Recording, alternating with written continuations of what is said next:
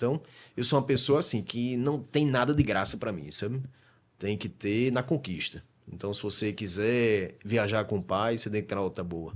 Se você quiser sair para ter uma diversão, você tem que ter um comportamento bom, você tem que fazer a tarefa, enfim, você tem que fazer alguma coisa para ser recompensado, mas dentro daquilo ali, de uma rotina que você exige como uma criança ela deve se desenvolver, sabe? Então eu procuro mais ser o exemplo de pai que acompanha os filhos, o pai que é aberto com os filhos, é um amigo, mas não é apenas amigo, né? Um pai é um pai educador e um pai que sabe que o filho pode confiar nele, sabe? Tanto pela pessoa que ele é, quanto pela possibilidade de você ajudá-lo no momento da dificuldade, mas sobretudo aquele que tenta fortalecer o filho, sabe? Não sei que você fez isso aqui com o Tiago, que é seu filho. Vitor deve ser recebido também pela pessoa que ele é uma grande educação dos pais dele. Mas é o grande desafio da gente, né? Esse desafio da sociedade da facilidade. Vejo que eu nasci em 1979. Eu peguei a década de 80, que Sulpice também enfrentou a década de 80, que foi uma década dificílima. Demais. A escassez de alimento, não tinha televisão Inflação. em casa, era uma televisão para todo mundo, o carro era um, você tinha que pegar ônibus, então era uma década muito difícil. Era uma década que, assim, quando chegava a feira em casa, eu me lembro que era uma bandeja de iogurte. É. Para a semana inteira para três meninos. Então, quando chegava, os três meninos corriam, acabava logo o iogurte. E você passava o resto da semana sem iogurte, não tinha ali chocolate, não tinha outras coisas, era aquilo. Então, assim, foi uma infância que eu agradeço por ter sido difícil, porque eu pude me fortalecer nisso e saber que o resultado do trabalho, o resultado da dedicação, ele vai dar Colheita, né? frutos, vai Você dar. planta, né? Você planta e a colheita vai ser certa, sabe? Agora você precisa passar por esse caminho. Sobre Plantar isso estava até certo também. conversando, né? Tava dizendo, eu sei que você renunciou muita coisa, renunciei, mas não me arrependo disso, não, sabe? Eu sei que eu fiz o caminho que deveria ter sido feito, e se eu não tivesse renunciado antes, eu talvez estaria passando por uma situação que eu não queria passar hoje, né? Com certeza.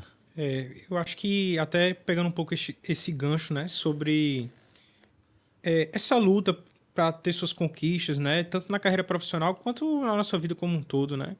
Eu queria entender um pouco, a gente estava falando muito sobre renúncias também, entender que tipos de renúncia específico foi necessário para chegar hoje no nível de advocacia que o senhor tem hoje, né? O que é que o senhor olha assim para a sua caminhada, né? Talvez algum momento importante ali que você tenha visto que não, eu preciso talvez abdicar disso ou superar esse medo para realmente chegar onde eu quero chegar.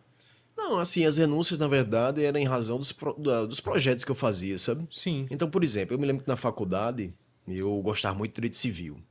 Aí eu dizia, eu comprava 3 livros de direito civil daquela matéria e eu só saía se eu terminasse o estudo daqueles 3 livros com relação àquela matéria que foi dada. Então, se o cara sim, chamasse, rapaz, vamos sair, não, preciso terminar aqui. Eu não saía sem terminar, não. Então, eu era fixo dentro daquele objetivo que eu estabelecia. Então, eu me lembro uma frase, se eu falar da pessoa aqui, a pessoa até hoje ela vai lembrar disso aí. Que eu viajei com ela, aí ele disse, não, vamos pra Pipa, eu disse, bora. Agora eu vou ter que terminar de estudar esse livro aqui, vou terminar de ler esse livro. E ele tava lá, disse, bora, eu disse, não, pode ir, eu vou ficar aqui lendo esse livro. Aí terminei de ler o livro, quando terminei que eu fui embora. Ele disse, rapaz, tu realmente fosse firme no propósito, né? Você lê o livro para depois sair. Então, deixei de ir pra muita festa, deixei de ir pra muito churrasco. Mas faz parte, não é algo que assim que me fez muita falta, não. Claro que é muito sim. agradável, né? Você tá numa festa, né?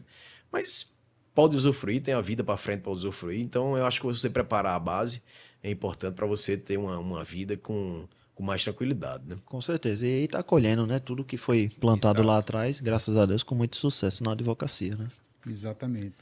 E jovem, né? Conselheiro federal. Me diga uma coisa, Rinaldo. Você vê quando coloca 4 advogados numa mesa, a gente É tenta, papo demais, às né? vezes a gente tenta sair do assunto de advocacia, mas Mas volta para vai para o esporte, aí advocacia, daqui né? a pouco aí vem, aí volta para a Vai pro advocacia. jiu-jitsu e de Né? repente tá não. Mas já que a gente voltou para a advocacia, fala um pouco aqui para a gente como é que está sendo essa experiência lá no Conselho Federal. Rapaz, o que eu posso dizer assim que é diferente de tudo que a gente tá acostumado, sabe?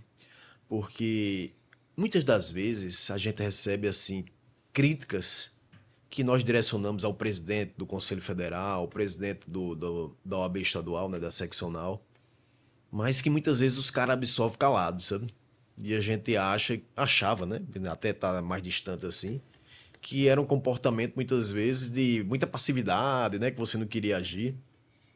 Mas o que eu posso dizer é o seguinte, que essas preocupações que nós temos aqui, essas preocupações já chegaram lá. que você vai reclamar aqui disso, daquilo, aquilo já foi objeto de debate entre os conselheiros federais e de criação de estratégias. Então, assim, vamos falar do Supremo, eu não concordo com as decisões do Supremo. Aqui, é conveniente, em determinado momento, atacar o Supremo? Instituições em O que é conflito, que né? nós temos em jogo nisso?